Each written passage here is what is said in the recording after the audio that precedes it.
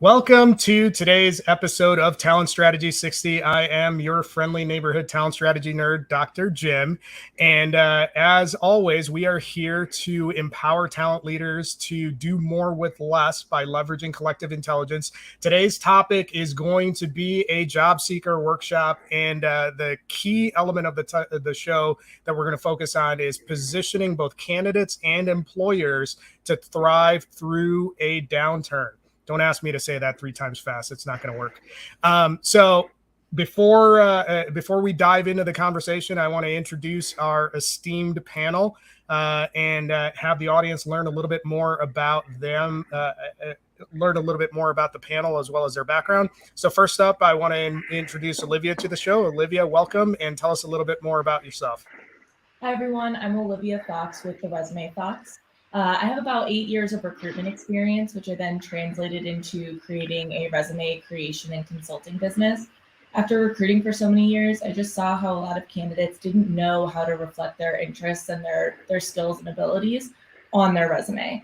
So I work with clients to specifically enhance all of their experiences through a resume, highlight what matters most, ditch the rest, those types of things. Great stuff. I want to expand on that a little bit. How did you make the decision to go out on your own and focus in on the resume side of it? What's the story behind that? Yeah, a couple of personal things, just moving around a lot, but I think I just saw very similar resumes throughout and wanted to help people in a different way. There's a great connect to purpose when you can offer someone a job, and when they say, wow, that compensation, that's going to do so much for my family. Offering to a wide variety, high level executives to team members making $12 an hour and saying, you have no idea what that's going to do for my family. Such a connect to purpose and really feeling like what you're doing is helping others. I wanted to translate that in a different way to people who might not have the tools that they need to put their best foot forward from a professional perspective. That's great stuff, and I appreciate you sharing that. So welcome to the show, and this is not the first time that you and I have had these conversations, so looking forward to getting your input, and I'm sure that it's going to help a lot of the folks that are in the audience and are going to be catching this on demand. So thanks for coming on. Next up, I want to introduce Bree to the show. Bree, welcome to the show. Tell the audience a little bit about yourself. Thank you. I'm really happy to be here, be part of this discussion.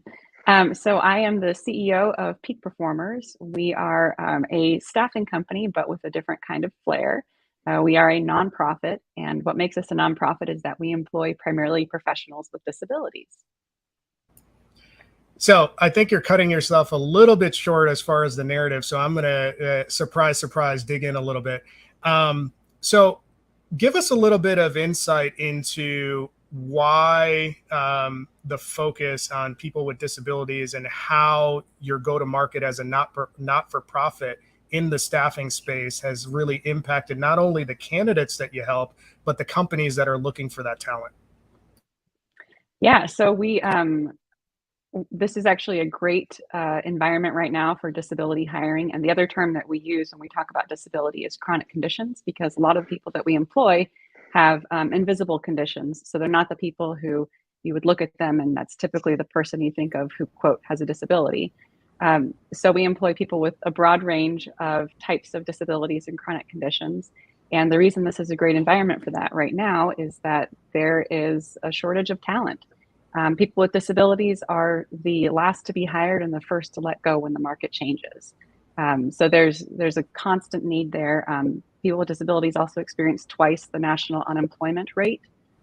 So whatever the unemployment rate is at any given time, double that, and that's the situation for people with disabilities. And thanks for expanding on that. I'm really looking forward to your input on it because it ties into a couple of different areas. And this is going to lead right into sort of some of Andre's background. But the two areas that it leads into is if you're actually expanding your candidate pool in a lot of the different ways that you could expand it is by leveraging disability hiring, veterans hiring, so on and so forth, you actually solve some of the problems when it comes to, well, we can't have, we don't have enough candidates for our pipeline. But the other thing that it does is that if you're intentional about leveraging the full spectrum of your candidate pool, it actually positions you well as an employer in the candidate's view. And one of the questions that we're going to answer is, how do you become an employer of choice? And that's where Andre comes in with his perspective. So I'd like Andre to kind of tell us a little bit about that you've done and you've been doing, so that the audience is up to speed with your expertise. Absolutely. Thanks, Jim. Really appreciate being on your show. And Bree, I one of the things that I'm passionate about is qualification reform in job search. I think we do a poor job as an industry, as employers, identifying certain skills that we think we're searching for, and we're leaving out massive parts of the market that could certainly accomplish those goals and objectives of a job. So I work for Bullhorn. I am the product evangelist for talent experience. I've been with Bullhorn for the past year. Bullhorn is the industry leading software provider, industry being the staffing and recruiting space, to provide technology solutions across the entire hiring journey. So from front office all the way to middle and back office. I'm new to Bullhorn in the fact that I was one of the founding members of a company called Able, which was formerly EmployStream, and we sold to Bullhorn last year. It's been almost a year just last week. And Able was a platform designed to improve the talent experience across the hiring journey, specifically around onboarding and intake and qualification. So we had designed a platform, we designed a platform to enable staffing and recruiting firms to deliver a better talent experience, so that talent weren't getting frustrated in the hiring process, and we were able to qualify them more accurately and parse resumes with better accuracy. So staffing in the employment space is somewhat new to me. I mean, the company, we were around for about 5 years. So if you add the 1 year at Bullhorn, that puts 6 years into the HR space. No, that's really good stuff. And what I'm curious about is, I'd like your insight when you think about the candidate experience and also how that impacts employer brand. What have you seen in terms of organizations that do a really good job of moving candidates through the candidate life cycle? How does that impact how that employer is perceived in the long run? Any insights there? Yeah, I think they're two in the same. An organization that cares about brand and their identity and what their voice is and how they're perceived by talent, they're already caring about talent experience. They've probably already made the investments in understanding what that hiring journey should look like. And they've invested in technologies, and they've invested in digital marketers. I always say the staffing firm of the future is going to look more like a digital marketing agency than an employer of record. And so those two go hand in hand, in my opinion, in order to, you need to educate, motivate, and inspire talent the same way retailers need to educate, motivate, and inspire consumers to buy a specific product. So this probably started a few years ago, but it's gaining in momentum as, this paradigm shift and this digital transformation happens in the employment space. I really like how you drew that parallel about what the employer of the future is probably going to look more like a digital marketing firm than what it looks like now. And staffing firms in general are going to look like that too if they're in the employer brand space. So great stuff. I'm glad that we got an opportunity to kind of level set the table and get the view or the lens that each of you are going to come from. I want to set the tone here for the rest of the conversation and lay out what the landscape looks like. And for those that are watching on the stream, my colleague and co-founder Lawrence Brown is going to be navigating the chat. So make sure that you are dropping your questions and hitting the emojis when any of our panelists are saying a point that resonates with you. This is an interactive conversation, so make sure if you have questions that are out there, drop those into the chat so that we can address them in real time. And get a response and actually do some troubleshooting on the fly. So hopefully the panelists are ready for some audibles from some great conversation that's coming in. So I want to zone in on something that Andre said, and the point and what I want to zone in on is this idea that how employers behave pre-hire and post-hire is going to have an impact on the candidate perception. And I think this is going to be a timely conversation, because your candidate experience is a window into what your experience can look like as an employee. So those things are connected, and I think that's an important distinction to draw out. And here's why it's important. Bree mentioned in her intro that right now you're dealing with an environment where there aren't a lot of candidates. But I think one of the things that we've all seen over the last several months is that there is an accelerating pace of layoffs, specifically in tech, but that should bleed over into other segments. And you're often seeing what I would say a somewhat cavalier attitude towards employee hiring and employee retention in how these layoffs are being performed. And that creates a scenario where a lot of employees or candidates are unexpectedly into the job market. And how you navigate the exit strategy is as important as how you navigate your hiring strategy. Those two things are related because that has some brand implications to you. So what you're looking at is a scenario where you have an influx of candidates who might not be ready to be in the job market. You have employers that might be looking at their hiring strategy or their termination strategy, and hey, let's just hunker down and try to run as lean as possible. And that creates a lot of negative impacts both on the employee side and the employer side. So the goal of this conversation is to get those candidates that are in the marketplace unexpectedly better prepared to navigate their job search. But there's another element of that search where we want to incorporate career navigation strategy into it. We want to incorporate employer strategy from a hiring perspective so that everybody is actually advancing their cause and not damaging their brand either as a candidate or as an employer. So that's the situation that we're trying to solve in this conversation. So I want to give the panelists an opportunity to kind of respond and react to what they've seen over the last several months from the employee and employer landscape. And I want to open it up to Andre first and get his thoughts on how he's seen both the mass layoffs and maybe even some of the ways that those layoffs have been issued, and why what suggestions he has in terms of how to do it differently. Sure.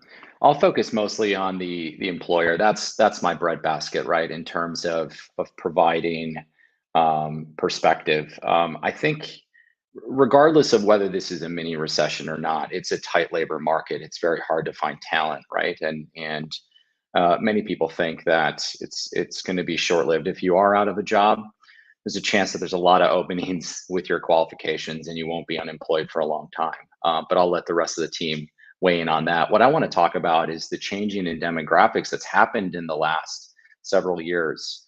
The value system has changed for talent. So for someone that maybe hasn't been unemployed in quite some time, these are digital natives, right? The talent pools are getting younger. Everything in their lives have been impacted by digital. They probably haven't made a decision in their life without some level of digital medium enhancing the experience, whether it's buying a car or finding a date or buying toothpaste on Amazon. It's all been digital. The value system on top of that has changed. What used to be about stability, this is what we're seeing in our market research. What used to be about stability and longevity is now about speed and flexibility and choice and happiness, right? People have choices. They have a lot of options, whether you're unemployed because you're a gig worker and you like to jump around, or because you just got laid off by Salesforce. You have a specific experience and a threshold for what that experience is supposed to be like, and you're not willing to go under it. You're not willing to go below that threshold. So I think employers need to understand, just because there might be some softening of the labor market, they still need to deliver that consumer grade experience. And it's not easy to do because HR organizations in general historically have not looked at the market in that way. They've come at it from a place of compliance and managing a talent funnel, as opposed to figuring out, how do I actually engage talent so I can build a relationship and drive positive brand reputation, which will then lead to more leads. And then all of a sudden you create a flywheel. So from my perspective, the problem is still there. Recession or no recession, we still need to solve the talent experience issue. So there's a lot that you said there, and I want to have Bree comment on a couple of things. I think, Andre, a few of the things that you mentioned that I think are really interesting is the concept of looking at your entire talent funnel and looking at it from a flywheel perspective. So that's important. But I think one of the areas, or a couple of the areas that I think are worth commenting on is the concept of flexibility and speed, both from a candidate and client perspective. And I'd like to get Bree's take on how you can apply flexibility and speed, both as an employer and as a candidate, when you're unexpectedly in a scenario where you're involved in a search or have been laid off. Well, from the employer's perspective, one of the things that we advocate for is, there's a phrase that I hear in executive groups that people like to use, which is be slow to hire and quick to fire. Unfortunately, none of that is very good for the candidate experience, neither of those scenarios. But the slow to hire mentality is, I don't think that it is appropriate in the market anymore. Of course, due diligence is still necessary, but we always say that when you're taking too much time to review resumes, review that pipeline, often the best candidates are going to be gone. So it's a risky move to make as an organization. The second thing I'd say is from the employee experience of someone who's recently been laid off, temp work is a great solution. I know a lot of us, when we get that, like, oh my God, I just got laid off from Salesforce, for instance, what do I do now? The instinct is to immediately go out there and get another, quote, permanent job. But the beauty of a temporary job, which, by the way, people like to use that word permanent, and I think that's a little bit also a little bit dated, because there is no such thing as a permanent job anymore. When you look at the average tenure of people in their jobs who have made switches in the last couple of years, it's typically 12 to 18 months. A lot of temporary jobs follow that same timeline. But the benefit of a temporary job is that you can make sure that it's a good fit for you. So that's why it's a great opportunity to kind of reimagine where you want to go with the next step of your career. You can try something on, whether it's utilizing a different part of your skill set, maybe taking a different direction with an existing skill set, or even just trying a new employer, a new industry. It's not like you're having to stick with the choice for a long time. I really like what you said, Bree, about, try something on. And I think when you look at a couple of staffing vets like Olivia and I, who've spent quite some time in there, I think there's a lot of value in our experiences, because it was often conversations that we would engage in with candidates on why you should consider more contract positions as a bridge or even as part of your pivoting strategy.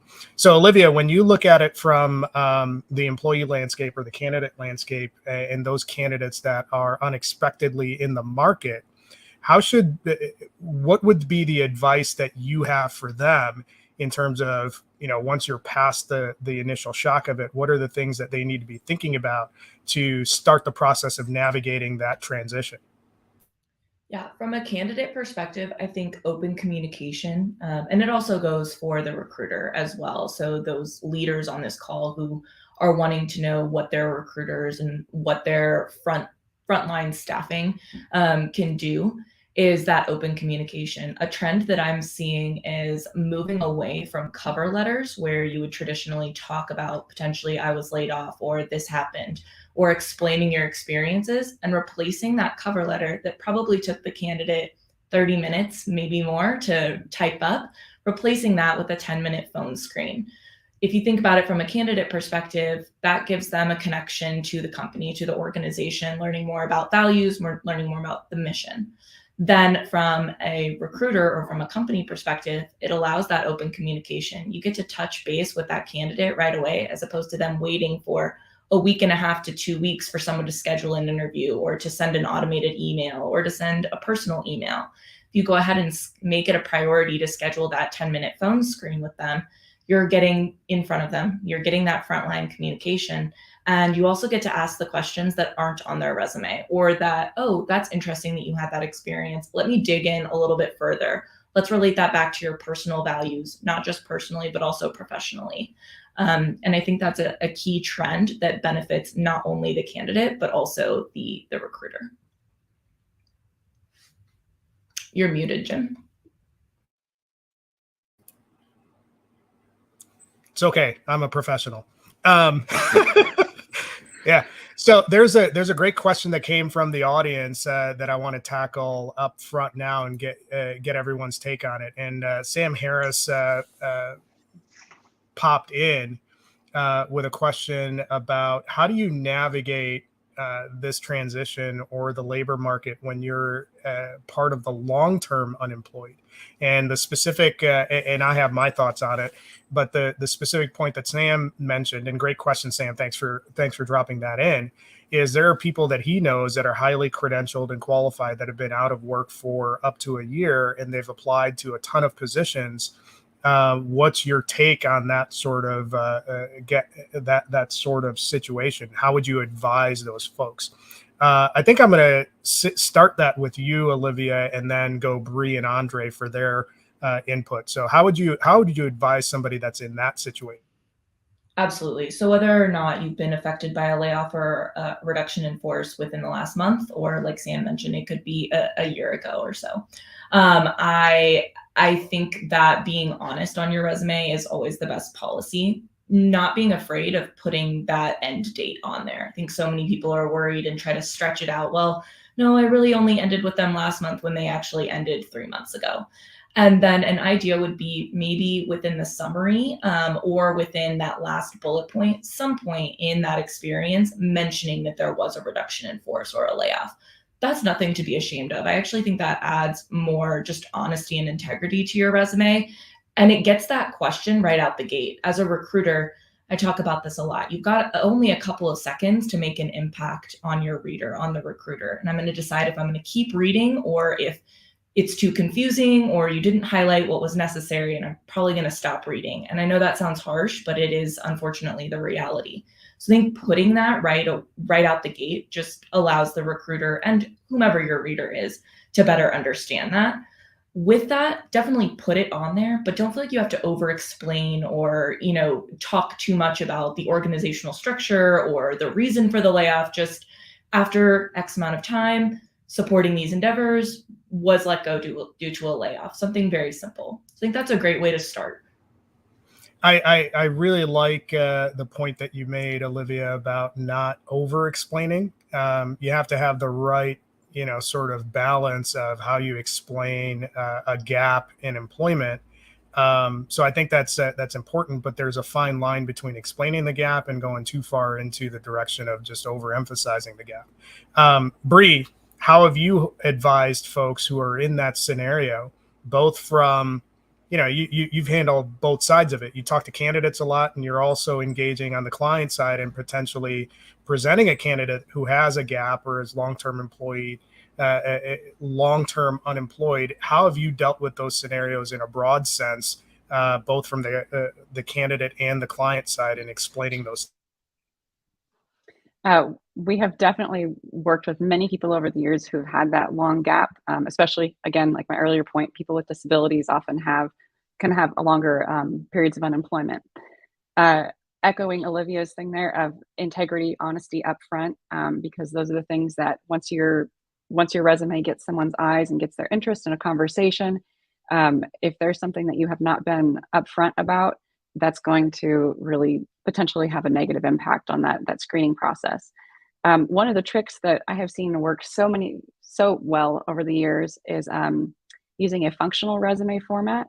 Most people use a chronological one where you have the most recent job at the top, but using a functional one can be great because it really pulls your skill set to the top, and it can de-emphasize things like a gap in most recent employment. And my last thing would be, to your point, Jim, not lingering on it too much. So if you're in an interview, sometimes people have had a really rough go of it. Either their last employment didn't end well, or they've been unemployed for a while.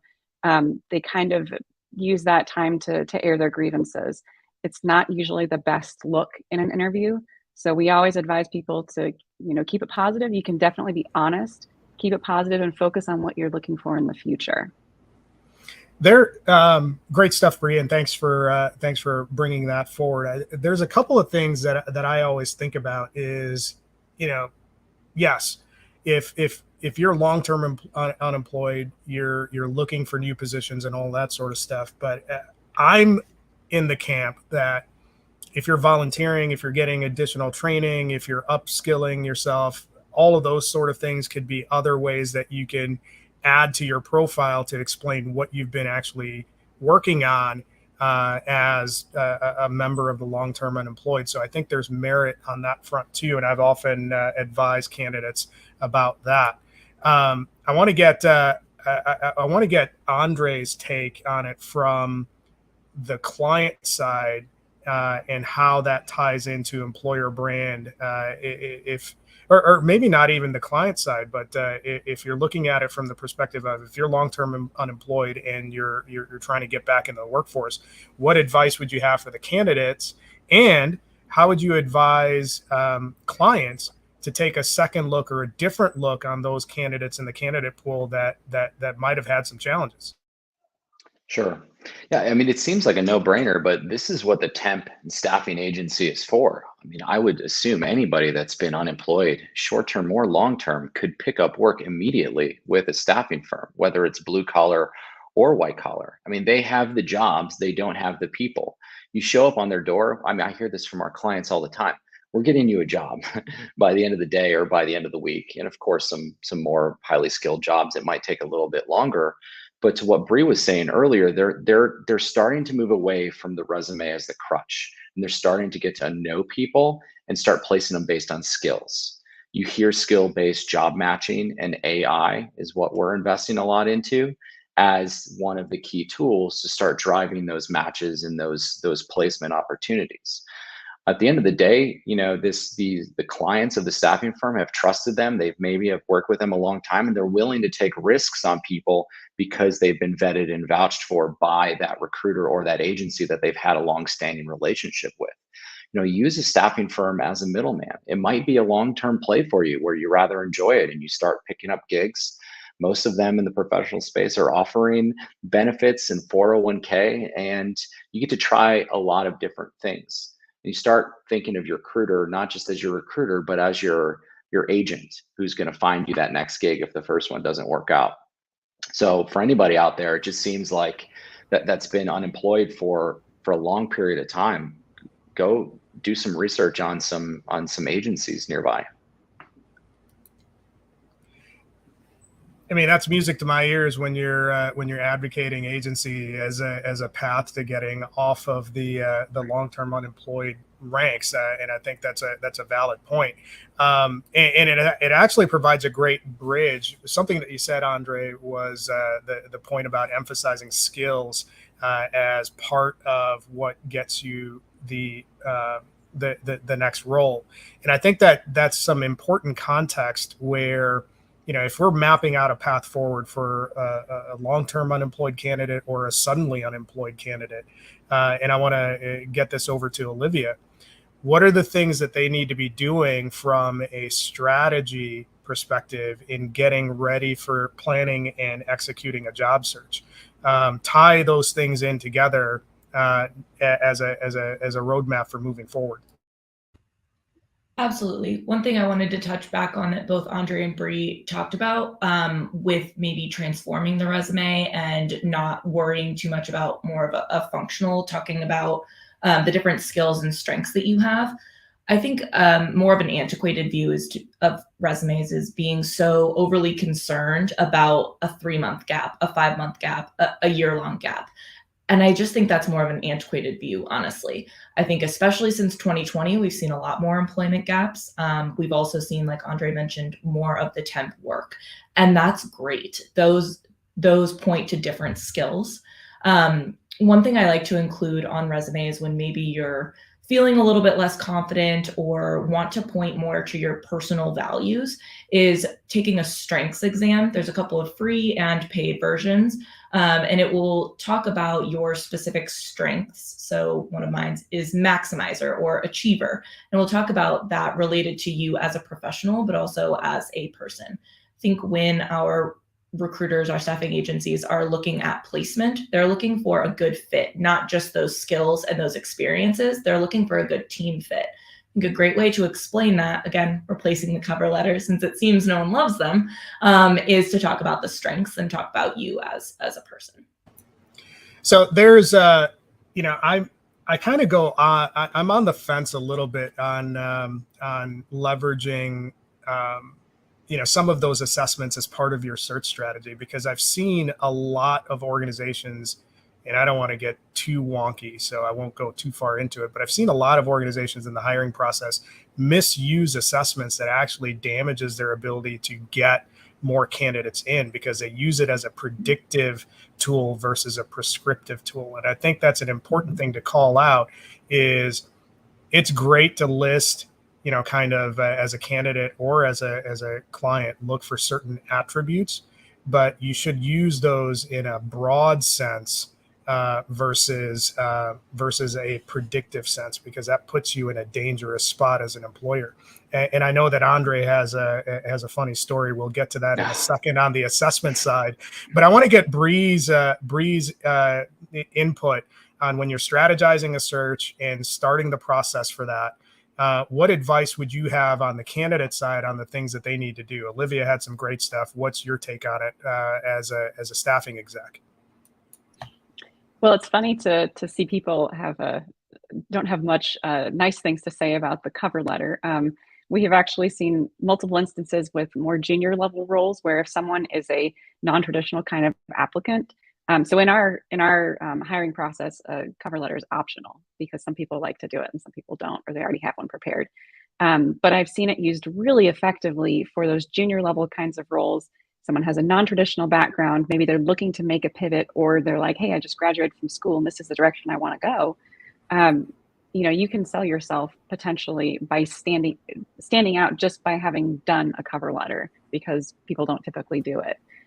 So I'm kind of on the other side of the fence there with the cover letter. But if you're not wanting to do that, another way you can do it is at the top part of your resume where there's that little blurb about yourself. It's like, treat it like a consolidated version of, yes, hitting your skill sets, but also what you want to do with your career, which is the content that people are often looking for in a cover letter. I really like the distinction that you drew out there, Bree, where you're pointing out a specific use case where a cover letter might make sense. And actually with junior candidates, I think that's a great point, because you want to be able to demonstrate some core competencies that are translatable across any function. So a cover letter is an exercise in demonstrating your writing and communication skills, and your relevance and fit for a role. So for a junior candidate, that makes sense. If you're asking a mid-level or senior candidate, I think if I was asked for a cover letter, I just move past that application. I was like, delete, I'll just go to something else. Andre, I want to get your assessment story, and I don't know what the exact story is, but if it's anywhere on the assessments are bad segment, I'm going to be a big fan, because I am not a fan of assessments at all. I wouldn't say it's funny. It's more embarrassing for me, which would obviously be entertaining for the group. But so 2 years ago, I was working with top 10 largest blue collar staffing firm in North America. That's all I'm going to say. Designing new tech stack, putting together the solution around the different systems, and what is the candidate journey going to be like, and how do we engage them through mobile and digital, and taking them through qualification. And in the middle of the talent qualification journey was a behavioral assessment, which I loved the concept of it, right? I love this idea of, oh my gosh, we can get rid of recruiters. This thing's going to be great. It's going to weed out all the bad apples, and the froth is going to rise to the top. So we designed it and we went into UAT, and I'm sitting at home and doing it, and I couldn't pass the assessment. I tried it 3 different times and I failed it. and here I am, being the mastermind behind this whole design, and I can't even get through an assessment that was designed for a day laborer. And that tells you something. And they're throwing hundreds of thousands of people a month through this assessment. How many people didn't get jobs because of this stupid thing? So like I said, embarrassing. And by the way, this was all recorded because I was on my phone doing, responsive UI and showing them where the points of conversion we need to optimize and all this good stuff. And in the middle of it, I can't even get through my design because I can't pass the assessment.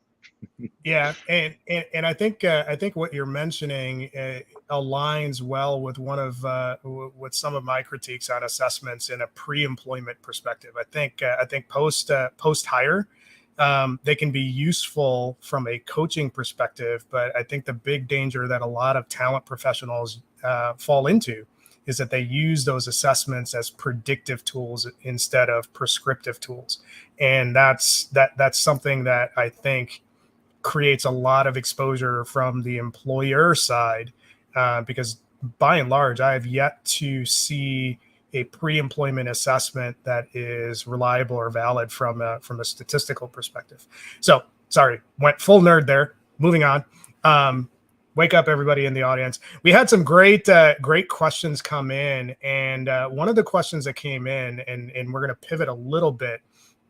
And actually, I think both Tashana and Lawrence were having a back and forth in the chat, and that was on the topic of how when you're navigating a search, what are some best practices in terms of leveraging LinkedIn to stand out from the crowd versus just the standard apply through a job board or apply through LinkedIn process. What's your take in terms of best practices on that front? I want to start that question with Bree and get your insights on what are some of the things that you would recommend from a job search perspective to stand out from the general applicant pool and leveraging LinkedIn to do.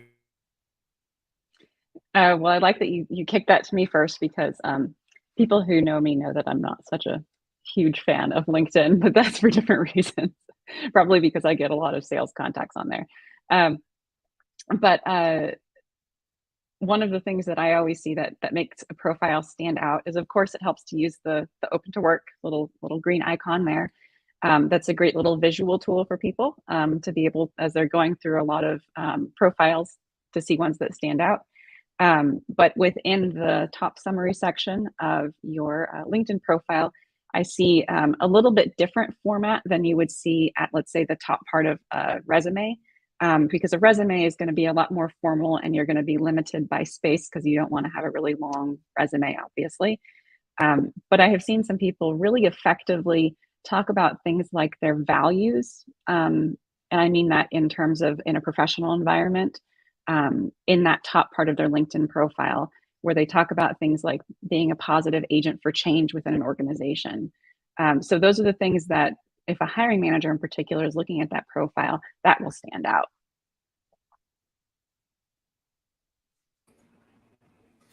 Really solid stuff. And I think Bree, for somebody that isn't a big fan of LinkedIn, I think your advice on optimizing your profile and setting it up in a way where it communicates to your potential hiring audience what you stand for, what you've been up to, what you believe in. I think that's important.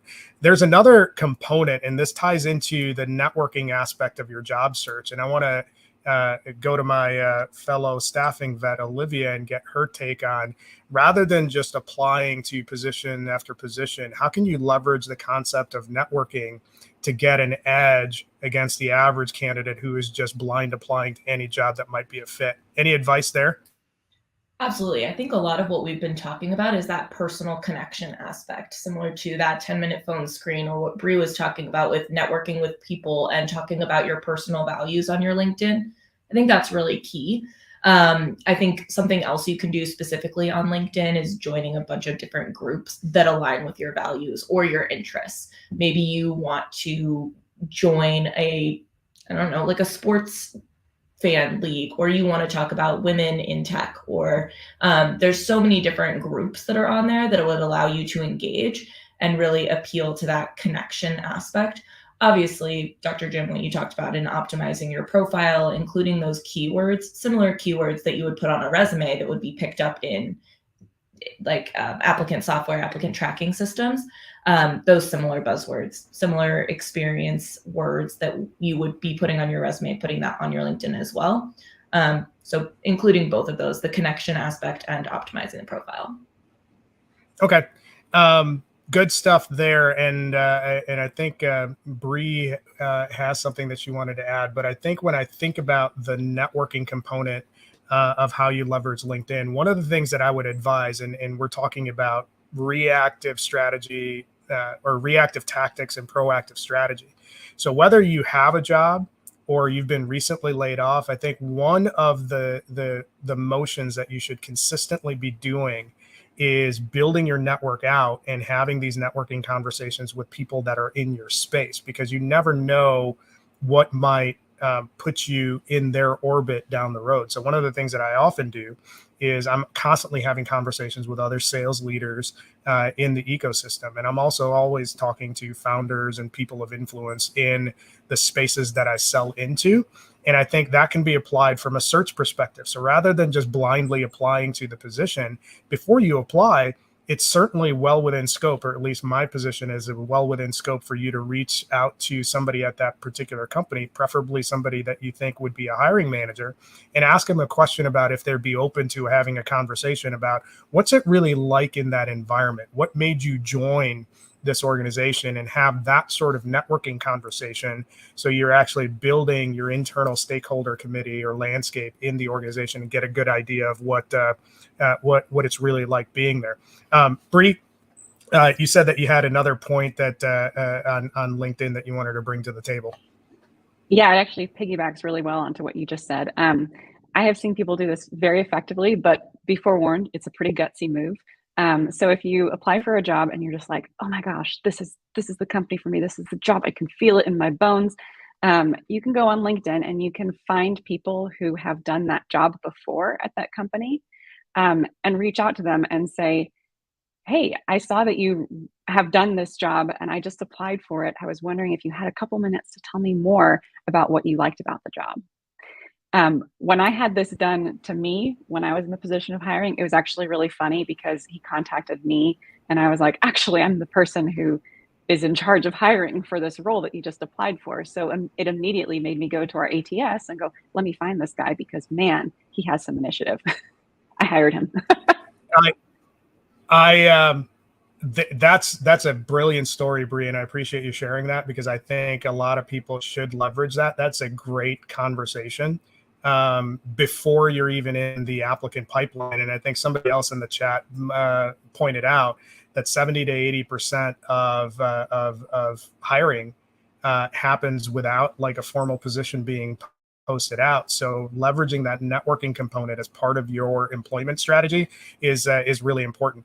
So one of the things that I want to pivot to as we're moving through this conversation is, and I want to lead with Andre first, is this whole concept of applying the opportunistic or use of contract roles or temp roles as part of your overall career navigation strategy.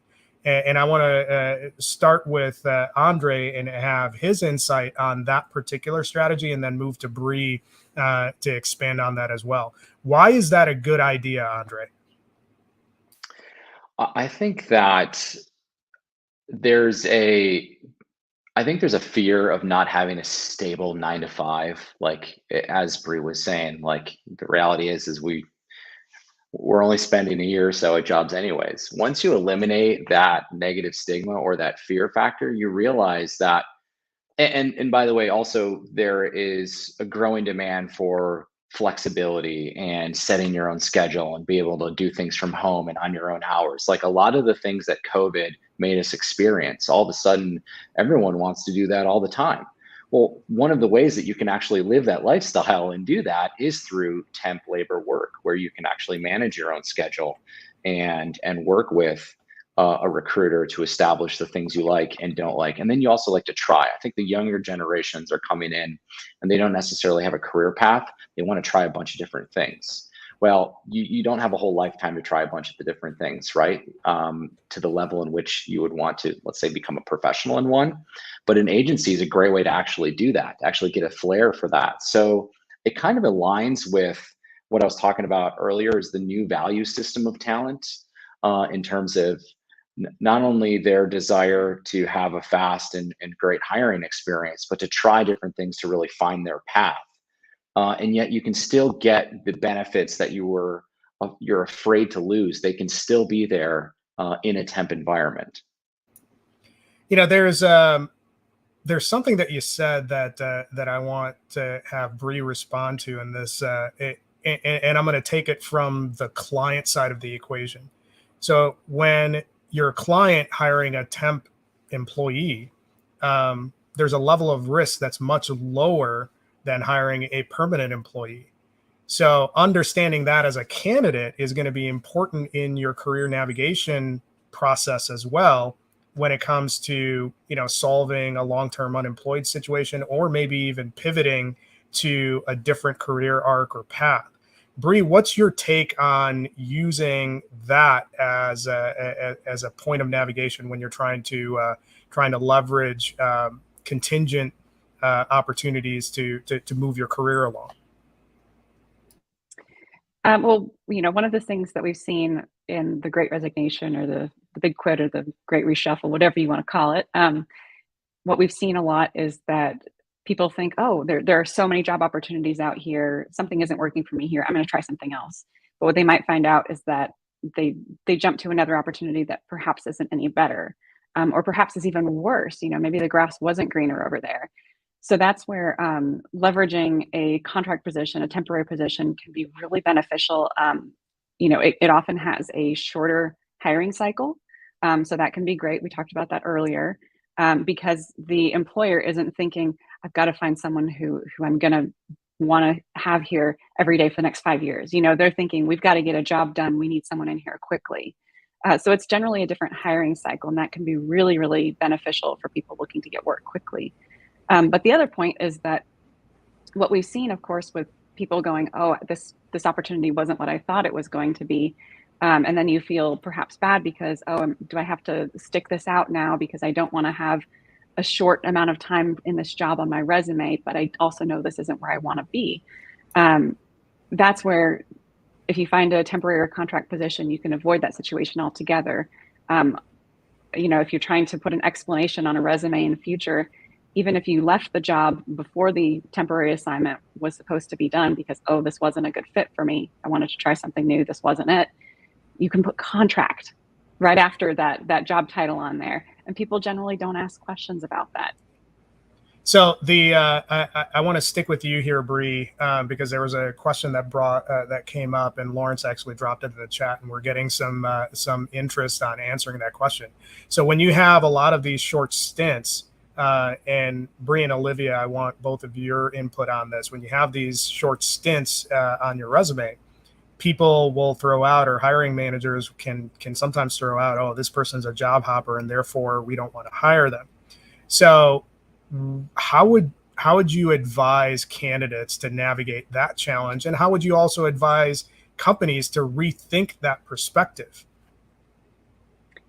We recently invited our customers to rethink that perspective.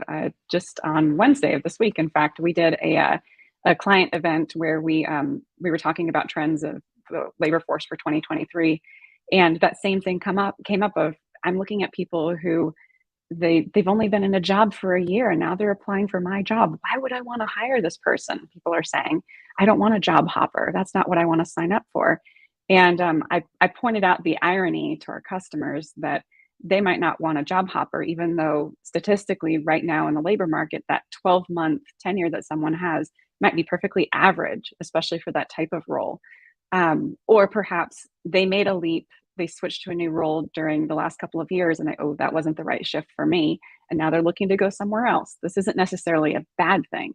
The irony, of course, is that as a staffing company where our clients have come to us looking for people, we're often talking to people who already have jobs, but might not have the job that they want right now. So the irony is that our clients have engaged us to entice someone to job hop. And so Yeah. the cycle continues. No, that's a great call out, and I love that you mentioned it. Olivia, what's your take on the job hopper label that often gets thrown out there? And I'm sure you'll have a staffing appropriate answer. Bree, I agree with. I'm proud of you and glad that you're encouraging organizations to look at that and realize that that is an antiquated view, right? That people don't stay at jobs for 20 years like they used to. And that, like you said, it could be that year ran its course very quickly with that position. And I think consistently from a staffing leader and a staffing professional perspective, reminding our hiring leaders, reminding people of that job hopper label isn't a bad thing, and it's just something that's not fully relevant now. From a candidate perspective, 2 recommendations if you have done either temp work or maybe you did only stay somewhere for 6 months.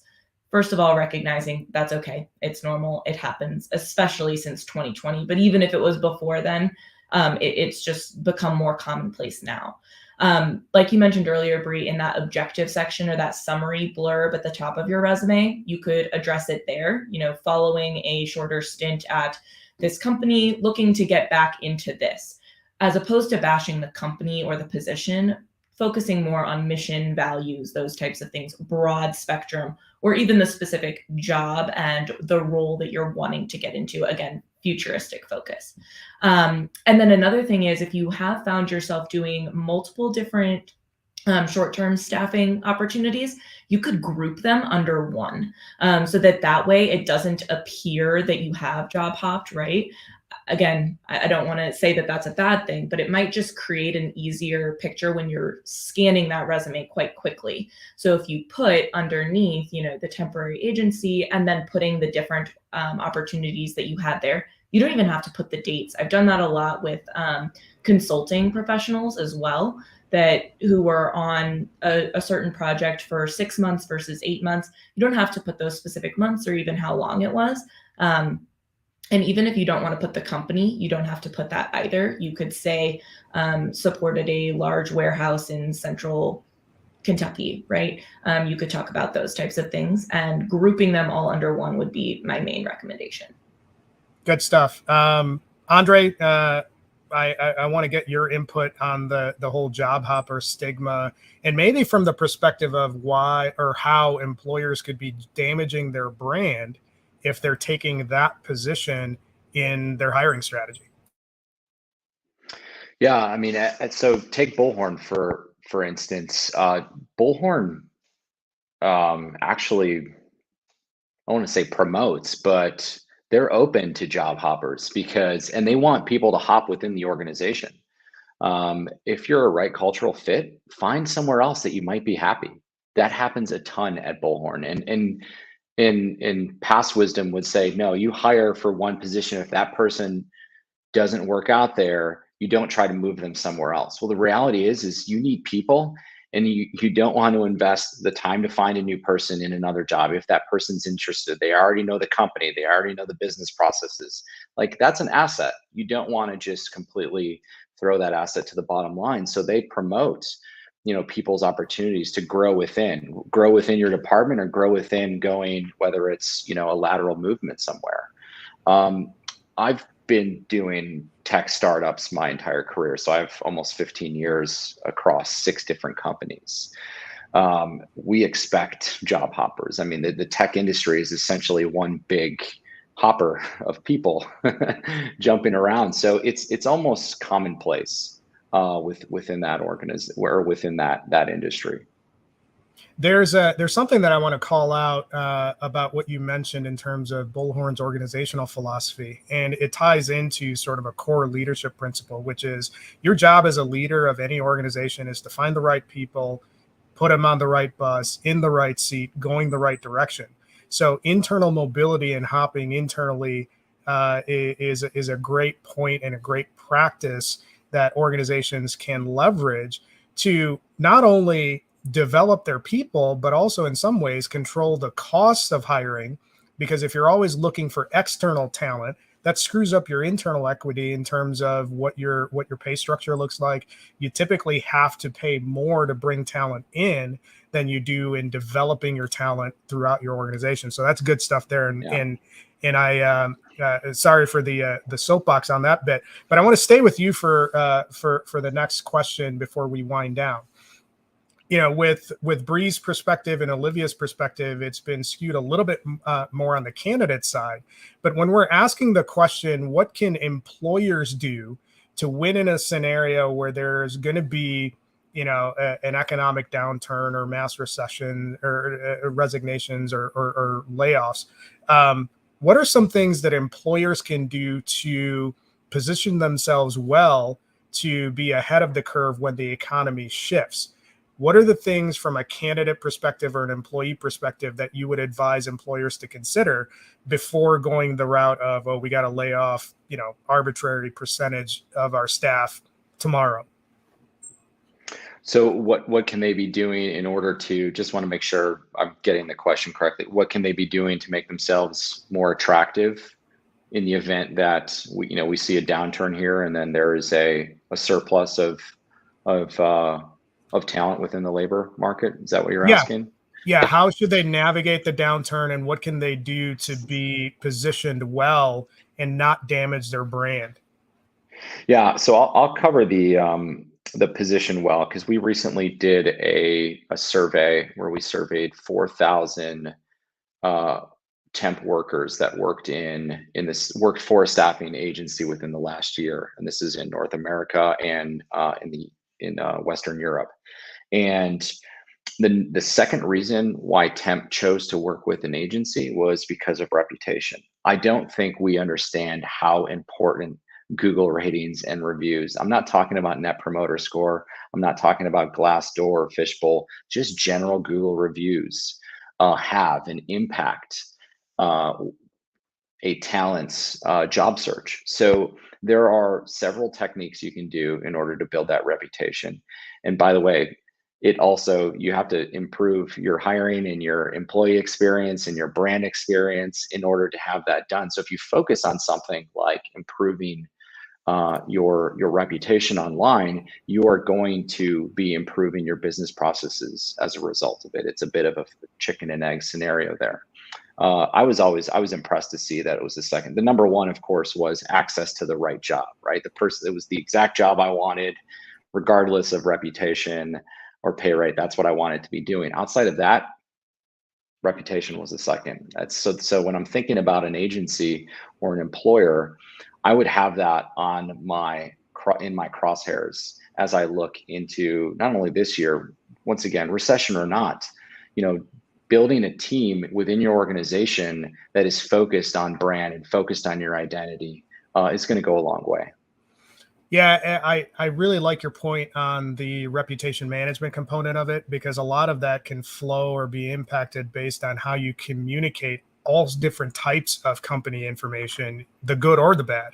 I think ultimately, if you look at those organizations that have navigated these downturns or layoff situations well, are the ones that have been straight with their people and tried not to blindside them. And certainly, if you're the type of organization that encourages the crying CEO type broadcast, that's probably not something that I would advise you to do, because that makes the situation about you versus about the employees who have just lost their job. One last thing I wanted to add. So in the pandemic, Bullhorn had a pretty substantial layoff. We had to let go almost 500 employees, I want to say. And so we set up a campaign and Bullhorn has a pretty large ecosystem of, a cottage industry around them in terms of tech providers, marketplace. So there's hundreds of small technology firms around the Bullhorn ecosystem. We ran a campaign because we didn't want to lose those people. Those were talented people. We didn't want to lose them. We certainly didn't want to lose them for the industry. So we ran a campaign in order to promote those ex-employees to a lot of our vendor partners, and a substantial amount stayed within the industry and were able to find jobs and still essentially work with Bullhorn, albeit in a marketplace or in a an independent software vendor approach. But the point I'm trying to make is, if you have to let go of somebody, but you value them, try to keep them in your industry, because they might boomerang and come back around, or they might work for a company that will actually add you value down the road, because they know if they become influential, they can become, an agent for change and build a better relationship with that organization. That's a fantastic point. So before we wind down the show, I want to get to the networking segment. I'm going to keep it with you, Andre, and then move to Bree and Olivia. Where can people find you? What's the best way to get in touch with you? My cell phone. How about that? 617-510-0038. Or LinkedIn. I'm constantly using LinkedIn as essentially texting. Or Andre.Maletti@Bullhorn. Thanks so much, Jim. No, awesome insight. I appreciate you sharing your wisdom. Bree is kind of side-eyeing you because of your LinkedIn activity, but we won't call that out. Nobody's going to do that. Bree, where can people find you? Okay, in spite of the side eye, yes, LinkedIn is a good place to connect with me. I do use it, just begrudgingly. By the way, Bree, when I was in sales, Bree, did I by chance send you an email trying to sell you onboarding software 2 years ago? I hope not. Statistically, probably. Yeah.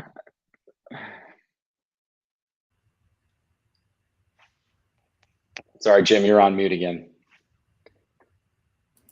Aside from LinkedIn, any other bits of or places where people can find you? I'm active on LinkedIn. That's a great place. You can also check out more about our company if you're interested. If you are a job seeker with disabilities, or you know someone who you think could benefit from working with us, we also have a very active LinkedIn presence. Miles Wallace, who has been on the comments over there on the chat, he is our strategic partnership specialist, and I know that he'd love to hear from you as well. Great stuff, and that's where I was going with that. So nice pickup on the audible. Olivia, where can people find you? LinkedIn is a great place, either Olivia Fox or my company, The Resume Fox. You can also find me at theresumefox.com. Wow, that was you have your call to action down. I'm super impressed. So awesome stuff. So I want to thank each of the panelists for their great perspectives on this discussion. I want to call out the chat, the folks in the chat as well, who had some really great questions that kept the conversation engaging. So we appreciate everybody joining Town Strategy 60. In terms of where you can find me, big shocker, you can find me on LinkedIn. Bree is always giving me the side eye about the stuff that I do, but that's okay. I just do what I do. You can find me on LinkedIn. You can find my content on cascadingleadership.com. We have a YouTube channel, a podcast. We have everything and then some that you can find us. Lawrence can also be found on LinkedIn. So we appreciate you tuning in and your continued support of the show. If you have any questions, comments, concerns, or areas of improvement, make sure you reach out to me. But we are looking forward to another show next week where we'll be tackling another topic that's going to help HR leaders and talent leaders move their do more with less. Sorry, I confused my two shows. Do more with less by leveraging the power of collective intelligence. Thanks again for joining us, and we'll see you next time. Thanks, everyone.